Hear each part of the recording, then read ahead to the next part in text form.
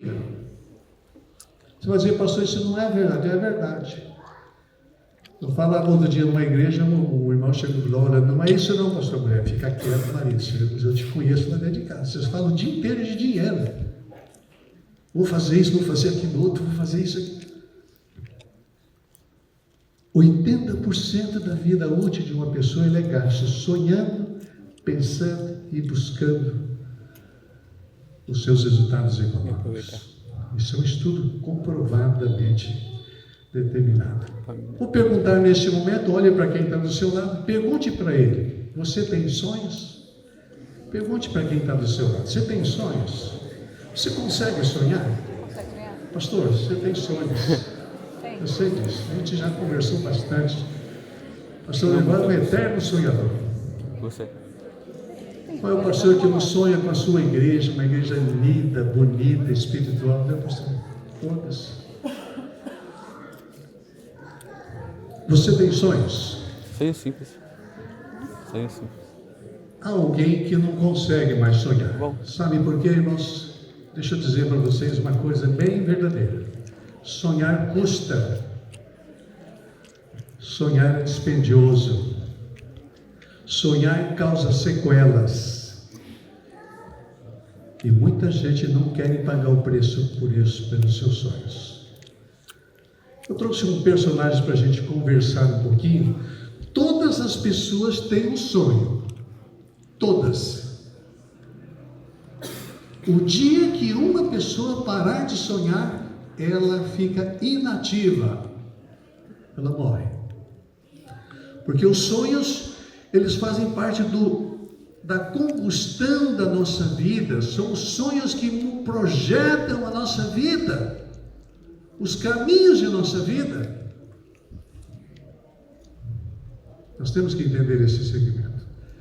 Há 3 tipos de sonhos que todos têm, desde a criança, o jovem, solteiro, casado, a pessoa de melhor idade, todos têm. 3 tipos de sonhos. Veja onde você se enquadra. O primeiro sonho é este. É aquele sonho que você corre atrás, você luta, você busca sozinho para realizar o seu sonho. Você dá um duro. Você não olha para quem está da sua direita, para a sua esquerda, para trás, você olha e diz, eu quero galgar, eu quero realizar, eu quero construir esse sonho. O irmão outro dia numa igreja que eu pregava dizia, pastor, para realizar os meus sonhos, eu levanto às 3 da manhã. Pego o primeiro ônibus que sai às 4. Pego 3 conduções para chegar no meu trabalho. Eu dou um duro danado. Estou falando para alguém aqui que está dando duro na sua vida, está lutando por construir, por fazer. Só você acredita, mais ninguém. Você já viu isso? Mas um outro tipo de sonho, sabe, irmãos, é que você vai depender de alguém. Por mais esforço que você tenha, que você busque, você não vai conseguir na sua integralidade. Você vai precisar da ajuda de alguém. E quando esta ajuda chega, naquela hora você está sufocado, você diz, oh, foi Deus quem mandou você aqui. Aquela moça chegou para mim e disse, pastor, eu vou me casar. Eu quero convidar o senhor para fazer o meu casamento.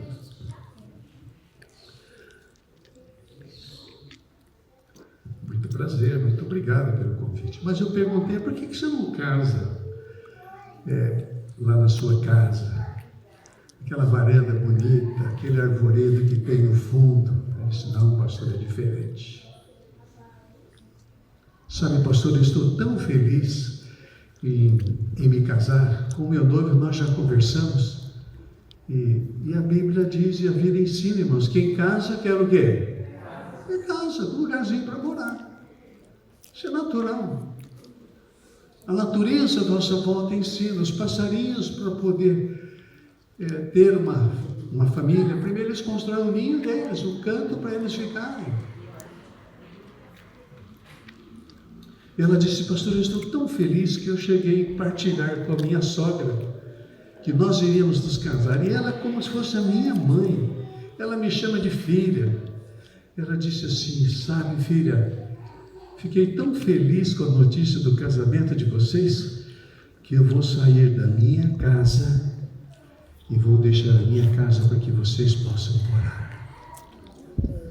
Quando você quer realizar um sonho, irmãos, e chega alguém e ajuda você a realizar esse sonho, não é uma bênção? Alguém está com um problema financeiro e você quer realizar os seus, quer conquistar alguma coisa, ele chega e diz: aqui, ó, está aqui o meu cartão. Não é gostoso isso? Não ajuda? Mas eu quero dizer para você que há sonhos especiais na nossa vida que você não consegue, alguém não consegue, só Deus pode realizar. Ou Ele pode realizar a construir ou a reconstruir esses sonhos na nossa vida. Você já chegou numa situação uma vez e disse assim: eu não vejo alternativa, eu não vejo uma luz no final do túnel, eu não sei o que fazer. Aí de repente você olha para cima e diz: meu Deus, tem compaixão de mim, me ajuda. Você já viu como a solução aparece? Eu estou falando para alguém aqui que não pode mais sonhar, talvez não vê o brilho, não consegue enxergar uma luz lá no final, uma possibilidade, algo que possa acontecer. Eu quero dizer para você que há alguém aqui que quer ajudar a reconstruir ou a construir os seus sonhos, irmãos. Amém? Por isso ou não? Esse é alguém especial. Eu gosto da Bíblia, irmãos, porque ela descreve a Jesus como o realizador de todos os nossos sonhos. Eu trouxe um personagem para a gente conversar nesses poucos minutinhos, mas eu quero ler alguns versos aqui da Bíblia introdutoriamente. Primeiro, Jesus disse em João capítulo 10, verso 10, ele disse: eu vim para que tenham vida e a tenham de que forma? Em abundância. Vocês entendem isso? O Senhor quer que eu viva de maneira inteligente, abundantemente, amplamente, vastamente. Outro texto ele diz: eu sou a videira, vós os ramos. Aquele que permanece em mim e eu nele, esse dá muito fruto. Porque sem mim nada. Você entende isso, igreja? Irmãos, você entende isso? Mas eu quero ver esse outro verso, eu gosto bastante. Eu quero convidar você para ler. Agrada-te, vamos ler todos, igreja? Agrada-te do Senhor todos os desejos, os sonhos do seu coração. Você tem sonhos? Você já ouviu aquela expressão que diz assim: a esperança é a última que não morre, não. Isso é um axioma falso por aí. Não, a esperança ela pode estar sufocada, cheia de neblina. Você não consegue enxergar, mas em um momento aquilo vai ser dissipado. E o Senhor vai vir para realizar o nosso grande sonho. Mas eu trouxe esse personagem que eu quero convidar você. Evangelho de Lucas, capítulo 22, 47 até o verso 51. Um personagem que talvez você nunca ouviu alguém pregar. Talvez nunca ouviu um sermão sobre ele. Mas eu trago aqui uma história, irmãos, que é a minha história, a sua história, a história da cidade de Ubatuba, do estado de São Paulo, do Brasil, do mundo inteiro, porque é a história de um personagem que tinha sonhos da sua vida. Esse aqui é o texto, irmãos. Você quer acompanhar? Enquanto ele ainda falava, apareceu uma multidão conduzida por Judas, um dos 12. Este se aproximou de Jesus para saudá-lo com um beijo, mas Jesus lhe perguntou: Judas, com um beijo você está traindo o Filho do Homem? Verso 49. Ao verem o que ia acontecer, os que estavam com Jesus lhe disseram: Senhor, atacaremos a espada. E um deles, verso 50, um deles feriu o servo do sumo sacerdote, decepando-lhe a orelha direita. Verso 51, Jesus, porém, respondeu e disse o quê? Basta. E tocando na orelha do homem, ele o Este é um personagem. Os evangelhos, todos os evangelhos apresentam a narrativa deste jovem que tinha um sonho. Mas somente Lucas menciona o seu nome. Como é que é o nome dele, irmãos? Como é que é o nome desse jovem que tinha esse sonho? Malco. Talvez você nunca ouviu da história deste moço, mas eu quero trazer para você aqui. Há uma mensagem de Deus para mim, para você, para todos nós. Na história desse jovem que tinha um grande sonho. Malco possuía um sonho. Qual era o sonho de Malco? Eu perguntei introdutoriamente, qual é o teu sonho? Quais são os teus sonhos? Malco tinha um sonho. Sabe qual era o sonho de Malco, irmãos? Era esse aqui, ó. Malco queria ser o quê? Sacerdote. E para ser sacerdote naqueles tempos, irmãos, não era tão simples. Eles tinham que participar das duas escolas mais importantes em Jerusalém. As escolas de Hillel e Shammai. Eram as universidades da época, que tinham suas formações. E a criança, a partir até os 12 anos, ela tinha que aprender o Pentateuco, os 5 primeiros livros da Bíblia, de trás para frente, de frente para trás. Ela tinha que saber. Você se lembra que Jesus, aos 12 anos, ele foi ao templo e os rabinos, os mestres, ficaram extasiados diante do seu conhecimento, da sua sabedoria, aos 12 anos. Jesus não foi à escola de Hillel e Shammai, mas ela aprendeu aos pés de Maria. Maria trouxe todos os ensinamentos para o Senhor. Logo após completar os 12 anos, a criança ingressava para auxiliar o templo. Ela começava a sua fase preparatória. Ela tinha várias fases dentro do templo que ela poderia cuidar, ajudar. Vocês lembram lá de Eli, o sacerdote, que levou Samuel para poder cuidar? Esse era o processo. As crianças, a partir dos 12 anos, elas entravam para oficiar alguma coisa. Ela ia se preparando para aquilo. O grande sonho de Malco era ser sacerdote, mas de repente, irmãos, na finalização do seu sonho, a Bíblia diz que Malco sofreu o quê? Um atentado. O que foi que aconteceu? Lembra do texto? O que foi que aconteceu? Alguém pegou uma espada e cortou a sua orelha direita. Deixa eu trazer isso para você agora. As escolas de Hillel e Shammai ensinavam que o sacerdote não devia ter nenhum defeito, mas ele poderia sofrer, ter alguma questão pessoal, menos na orelha direita, porque a orelha direita, as escolas de Hillel e Shammai diziam que era o caminho pela qual o sacerdote ouvia a voz de Deus para orientar o povo a fazer a vontade de Deus. E Malco, irmãos, estava a um passo de concluir e entrar para ser sacerdote no templo em Jerusalém, quando de repente ele vai ver o aprisionamento de Jesus e Pedro, ele pega a espada e faz o quê? Corta exatamente o quê? Orelha direita. Eu imagino a cena, irmão. Meu filho é médico, ele conta esses detalhes. Essa parte superior da audição é uma das partes onde tem o número maior concentração de vasos. Quando você corta uma orelha, irmãos, o sangue jorra. Pela quantidade de vasos que tem, que irriga todo o corpo e passa por esse processo. Você dá para imaginar a cena? Você consegue imaginar a cena? Malco nunca poderia casar.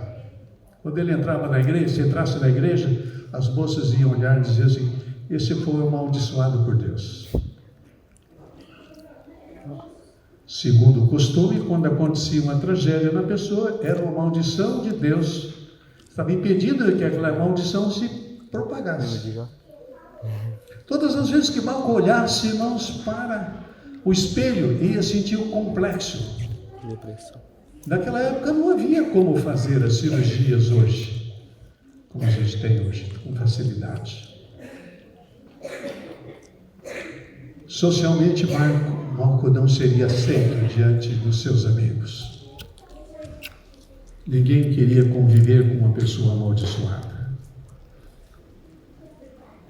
Tudo porque uma espada rolou, uma espada chegou. E era alguém menos provável que poderia acontecer. É alguém que estava com Jesus, alguém que amava o Senhor, alguém que dizia ser um cristão. E há muitas espadas rolando hoje dentro da nossa família, dentro da igreja, na sociedade, que pessoas na busca dos seus sonhos, as espadas vêm, irmãos, e corta bem na raiz dos nossos sonhos. Você se preparou para o trabalho, agora surge uma promoção, uma possibilidade de você ser promovido, aumentar o seu salário. E de repente, quando você está naquele entusiasmo, vem alguém e diz e toma o seu lugar. Você já viu? Como é que você se sente nisso? Há muitas espadas circulando entre nós. Quando é alguém lá de fora, até a gente estranha, né? A gente, poxa vida, a gente compreende, mas quando é alguém da família, quando é alguém dentro da igreja, alguém entre nós, irmãos, é cruel.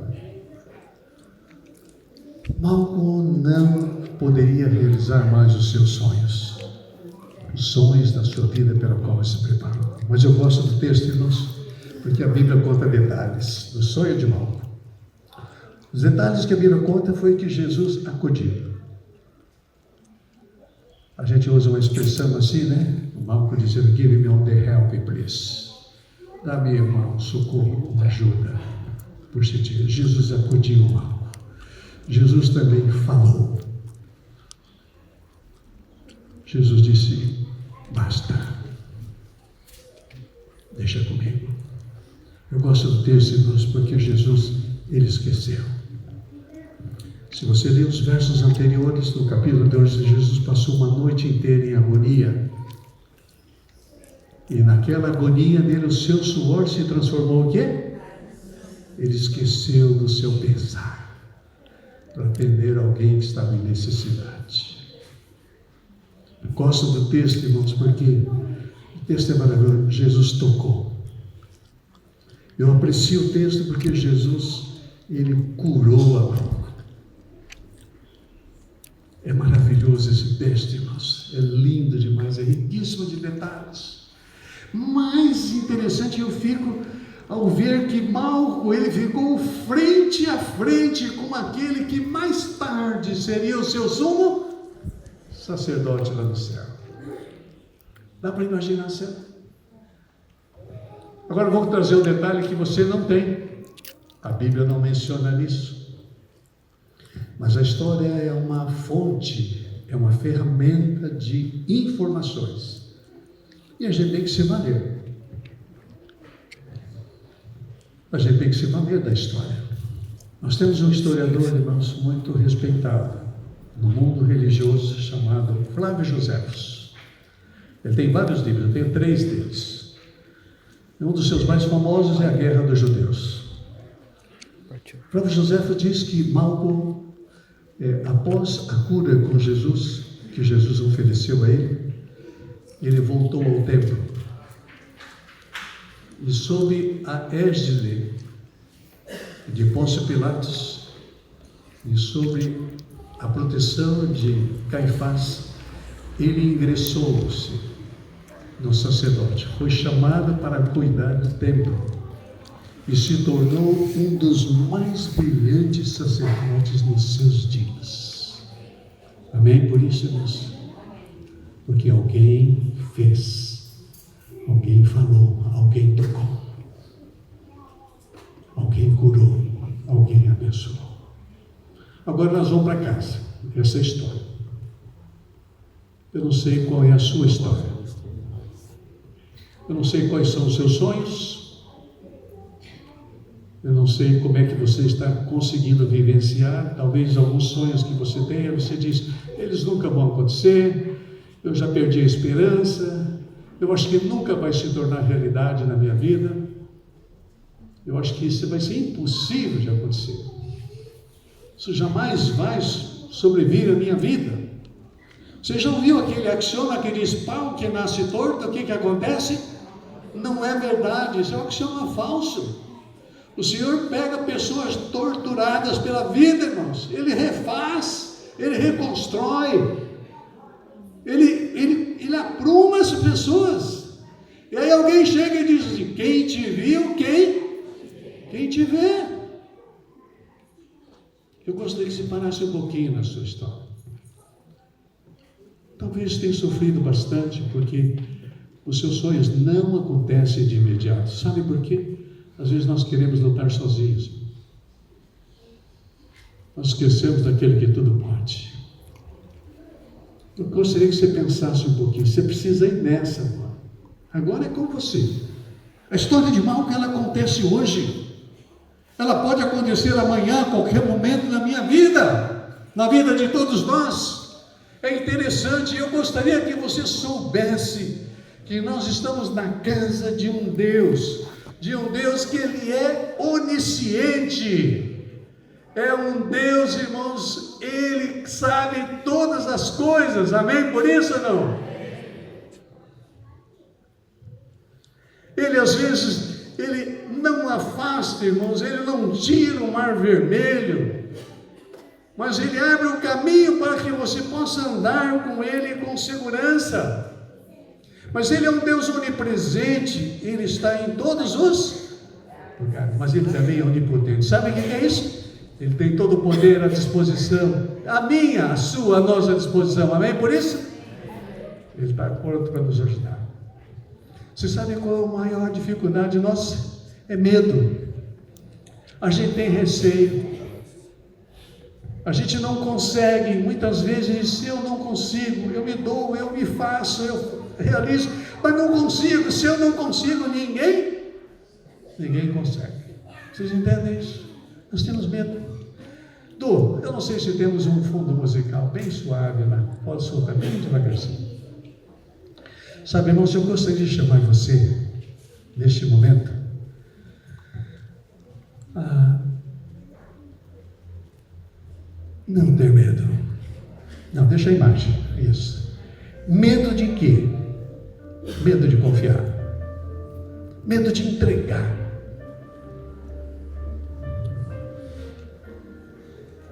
Quando Jesus olha para Malco e vê o que a sua orelha, ela é lançada do seu corpo, Jesus diz assim, basta. Ele pegou, ele tomou a orelha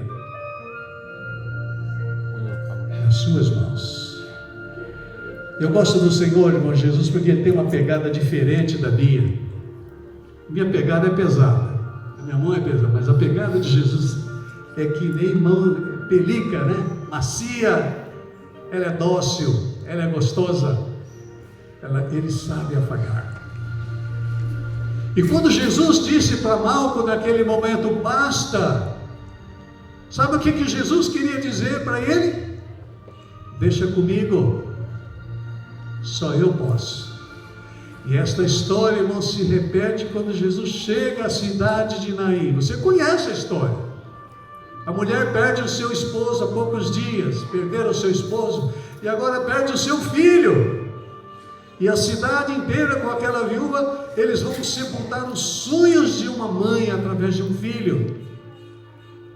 E de repente, à entrada da cidade, as duas multidões se encontram. Uma triste, a outra chorosa.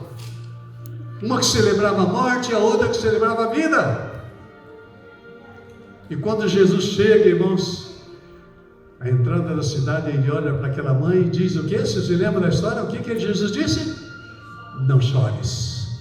Sabe o que Jesus quis dizer? Filha, deixa comigo. Seu filho não morreu, ele está dormindo. Meu querido, os nossos sonhos nunca morreram, nunca irão morrer. Os nossos nossos sonhos estão o quê? Adormecidos.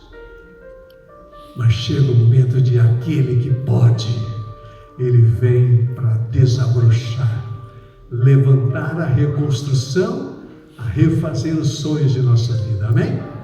A mulher não teve dificuldades. Ela não esboçou nenhuma reação. Malco também não, quando Jesus disse basta.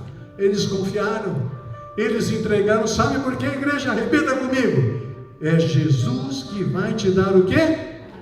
Repita comigo, igreja. É Jesus que vai te dar o quê? A vitória. Amém?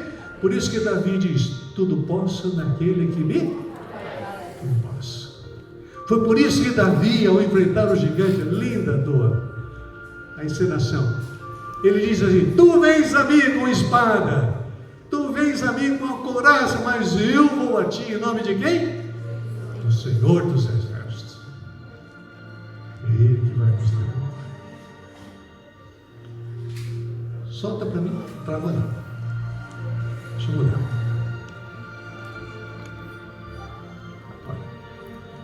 Deixa eu mudar. Jesus reconstruiu sonhos em nós. De Malco, colocando a sua orelha no seu devido lugar. Eu fico a imaginar essa cena, irmãos, quando Deus criou, formou o homem, Ele moldou a sua orelha.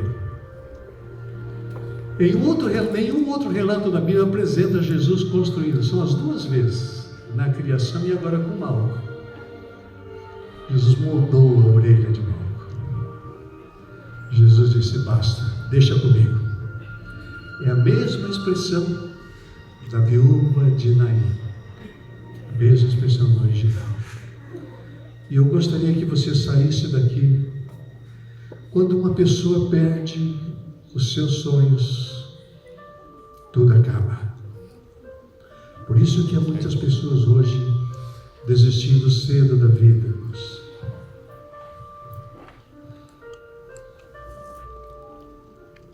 Mas eu gostaria também que você fosse embora daqui com esta descrição. Repita comigo, igreja. O tamanho da sua impossibilidade não diminui o quê? O tamanho de Deus. Você está entendendo isso? Não diminui o Deus, Ele continua sendo Deus. Agora você precisa deixar que Deus seja Deus na sua vida. E muitas vezes Deus chega a você, Ele tem falado a você e você tem resistido. Você prefere lutar sozinho, e aí você vai e depois volta com a cabeça baixa, dizendo: por que não deu certo? Ah, se eu tivesse. Eu gostaria de fazer um convite. Jesus pode nos escrever a minha, a sua história. De que forma? De novo. Amém por isso ou não? Jesus pode.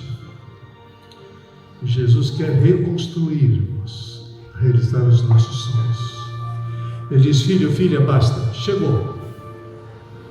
Se esta foi a sua última noite, a Bíblia diz: o choro pode durar uma noite inteira, mas a alegria vem pela manhã. É hoje. Amém por isso ou não? Deixa eu fazer uma perguntinha. Temos algumas pessoas nos visitando que ainda não são membros da igreja, estão estudando a Bíblia, ainda não se batizaram. Quero ver as mãos de vocês. Deixa eu ver. Amém? Temos uma. Temos mais alguém? Deixa eu ver. Tenha coragem. Quero ver as mãos. Ah, que legal. Gostei. Temos mais gente? Deixa eu ver. Eu vou perguntar a vocês: vocês permitiriam que o pastor fizesse uma oração com vocês? Permitiriam? Posso ter os nomes de vocês para levar depois para casa? Posso? Me permitem? Sim? Eu gostaria então de convidar vocês para que viessem aqui. A gente, pastor, vai fazer uma oração para vocês. Podem vir? Venham, por gentileza. Amém? Irmãos, que lindo, o Espírito de Deus trabalha, irmãos. A gente não é capaz de imaginar. Pode vir. Fiquei feliz que você tenha vindo. pode. Você também, filha. Vem para cá. Que bom que vocês vieram. Pode vir. É mamãe trazendo o filho? Vó? Mãe? Que bom que vocês vieram. Fiquei feliz. Você também, hein? Temos mais alguém? Você que é membro da igreja? Batizado? Viu alguém que está aí do seu lado, que está vindo? Põe a mão no ombro dele, dela e diz, vamos lá. Este é o seu momento que Deus está nos concedendo. Vou perguntar, temos algum desbravador na idade depois dos 9 anos, 10 anos? Temos alguns desbravadores a partir dessa idade? Amém? Pode vir.